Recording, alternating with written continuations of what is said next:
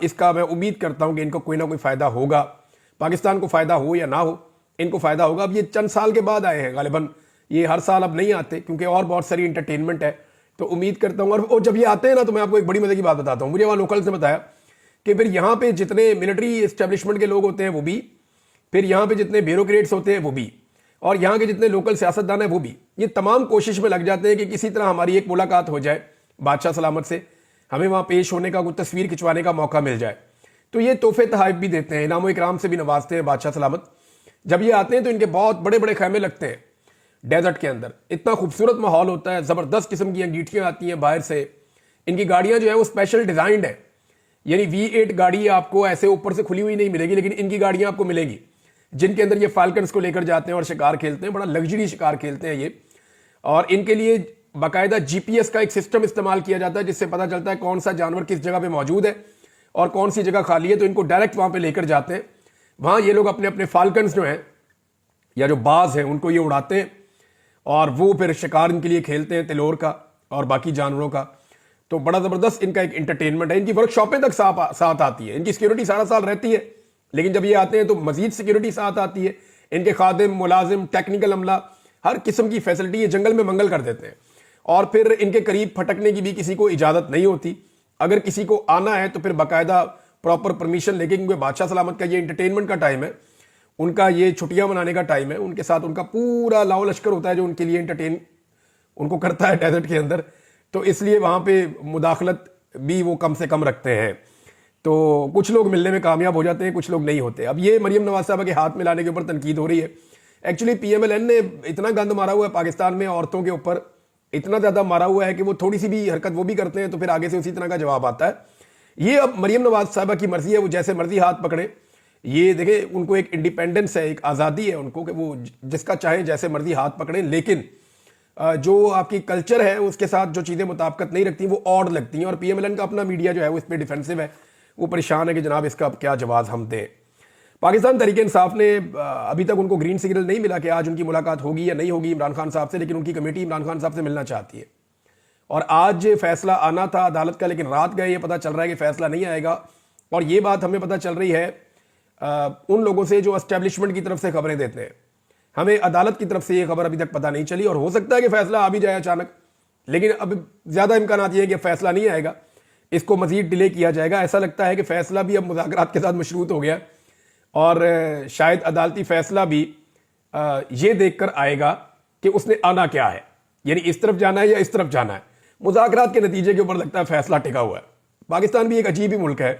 یہاں پہ ججز یہ سوچتے ہیں کہ جناب یا ان کو یہ سوچوایا جاتا ہے یا انہیں بیچاروں کو مجبور کیا جاتا ہے. بڑی مجبور عدلیہ ہے, چاہے وہ سپریم کورٹ ہو, چاہے وہ ہائی کورٹ ہو, چاہے وہ لوور کورٹس ہوں. لیکن یہاں پہ ایسے زبردست ہیروز بھی ہیں اسی عدلیہ کے اندر جنہوں نے تمام دباؤ اور پریشر کے باوجود حق اور سچ کے ساتھ کھڑے ہو کر انصاف کیا. اور میری قسمت بڑی اچھی ہے, یعنی میں اگر آپ کو یہ کہوں پرسنٹیج میں 80% میں ایسے ججز کے سامنے پیش ہوا جنہوں نے مجھے موقع پر انصاف دیا, اور کوئی 20% مجھے بڑی مایوسی بھی ہوئی کہ سامنے نظر آ رہا ہے کہ یہ چیز ایسے نہیں ایسے ہے, لیکن جج صاحب کمرے کے اندر جاتے ہیں اور اندر سے فیصلہ لکھ کر کچھ اور بھیج دیتے ہیں جس کے اوپر پوری عدالت مایوس ہو جاتی تھی. عدالت میں جتنے لوگ کھڑے ہوتے تھے سارے مایوس ہو جاتے تھے. تحریک انصاف کے لیے ایک آپشن ہے, اور اس کے اوپر کچھ لوگوں نے ذکر بھی کیا ہے.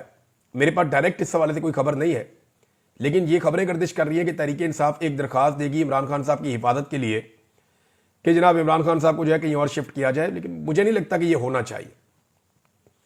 اگر عمران خان صاحب نے اس سسٹم کے سامنے ایسے سرنڈر کیا اور ان کی پارٹی نے ایک ایسی درخواست کمزور ڈالی تو جتنی عمران خان کی سٹرگل ہے اس کو کچھ حد تک دھچکا لگے گا. یعنی نواز شریف صاحب ڈیل کر کے باہر آئے, زرداری صاحب ڈیل کر کے باہر آئے, بے نظیر پاکستان واپس آئی, ڈیل کر کے آئی. تو پاکستان میں سب نے ہی اسٹیبلشمنٹ سے ہمیشہ ڈیل کیے. اگر عمران خان صاحب اسٹیبلشمنٹ سے ڈیل کیے بغیر ایک دباؤ ڈال کر اور عوامی طاقت سے باہر آ گئے تو یہ پاکستان کا ریکارڈ ٹوٹ جائے گا, اور پاکستان کو ایک بار یہ ریکارڈ توڑنا پڑے گا. چاہے وہ نواز شریف توڑ دیتے, چاہے وہ بے نظیر توڑ دیتی, چاہے وہ کوئی اور توڑ دیتا, یا چلے اب عمران خان توڑ دے, لیکن اس متھ کو ایک مرتبہ توڑنا پڑے گا کہ پاکستان میں اسٹیبلشمنٹ کے بغیر بھی عوامی طاقت سے فیصلے کیے جا سکتے ہیں. اگر بند کمروں میں فیصلے ہونے ہیں تو پھر تو پاکستان جہاں کھڑا تھا آج سے 2.5 سال پہلے, پاکستان خدا نہ خواستہ وہیں کھڑا ہوگا. تو پاکستان تحریک انصاف کو ایسی کسی بھی چیز سے مجھے ایسا لگتا ہے گریز کرنا چاہیے.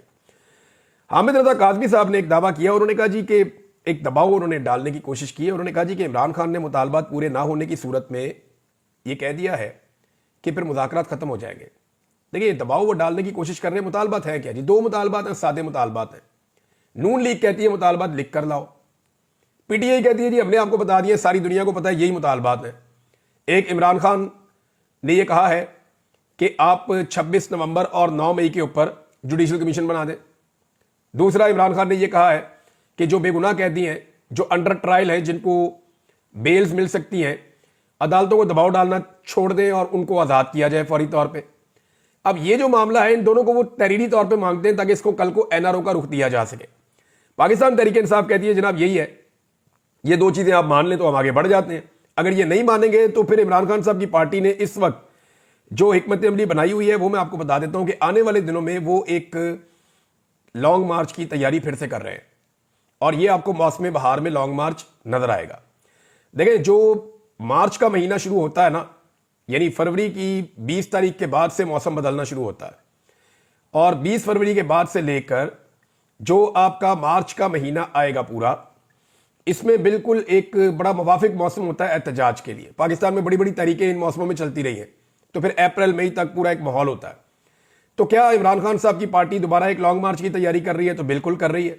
اور یہ جو سردیوں کا ایک ابھی ماحول بنا ہوا ہے جس کے اندر کوئی تحریک نہیں چل سکتی, تو اس ماحول میں حجت تمام کی جا رہی ہے کہ دیکھیں ہم بیٹھے ہیں جی مذاکرات کرنے کے لیے, ہمارے سادے سے مطالبات ہیں, وہ مطالبات آپ مان رہی ہیں. اب ایک کلیم کیا جیو نے, اور اس پہ انہوں نے نام بھی نہیں لیا کہ کس بندے نے ان کو یہ خبر دی ہے. انہوں نے کہا جی کہ پی ٹی آئی کہتی ہے جی عمران خان کو چھوڑ دیں, بس عمران خان کو آپ چھوڑ دیں.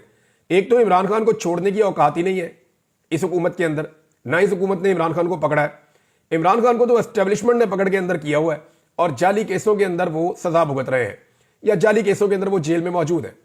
اور اسٹیبلشمنٹ خود چھوڑنا چاہے تو چھوڑ بھی نہیں پا رہی, انہیں کچھ گارنٹیز چاہیے, وہ گارنٹیز عمران خان صاحب نہیں دے رہے. اب کچھ چیزیں تو عمران خان صاحب مان سکتے ہیں, یعنی وہ یہ کر سکتے ہیں کہ یہ اسٹیبلشمنٹ کے اوپر جو سوشل میڈیا کے اوپر ایک بمبارمنٹ ہو رہی ہے بہت زیادہ, اس کی ایک بڑی وجہ یہی ہے نا کہ عمران خان کے ساتھ زیادتی ہو رہی ہے. وہ زیادتی بند ہو جائے گی تو کچھ حد تک وہ بچ جائیں گے. لیکن اب اسٹیبلشمنٹ کے حق میں واپس نیریٹو بن جانا یہ مجھے ممکن دکھائی نہیں دیتا, کیونکہ پاکستان بہت بدل گیا ہے. اگر عمران خان صاحب بھی چاہیں گے کہ اسٹیبلشمنٹ کا سیاسی کردار کو جسٹیفائی کر سکیں فیوچر میں, تو مجھے نہیں لگتا کہ عمران خان صاحب بھی یہ کر سکیں گے, کیونکہ لوگوں کی سوچ بڑی کلیئر ہو گئی ہے. حکومت کو کچھ ٹائم دیا ہے پاکستان تحریک انصاف نے. اسد کیسر صاحب کہتے ہیں کہ انہیں ٹائم دے رہے ہیں کہ جائیں جا کے آپ مشاورت کر لیں جہاں پہ آپ نے مشاورت کرنی ہے, کیونکہ نجم سیٹھی صاحب نے کہا تھا کہ حکومت گھبرائی ہوئی اس لیے ہے کہ حکومت کو سمجھ نہیں آ رہی کہ اسٹیبلشمنٹ نے یہ کر کیا دیا ہے, اور یہ مکمل طور پہ اسٹیبلشمنٹ نے حکومت کو اعتماد میں نہیں لیا, جس کی وجہ سے حکومت گھبرائی ہوئی ہے. یہ بات نجم سیٹھی صاحب نے کہی. تو اسد کیسر صاحب نے کہا جی ہم ان کو ٹائم دے رہے ہیں, جا کے بات کر لیں.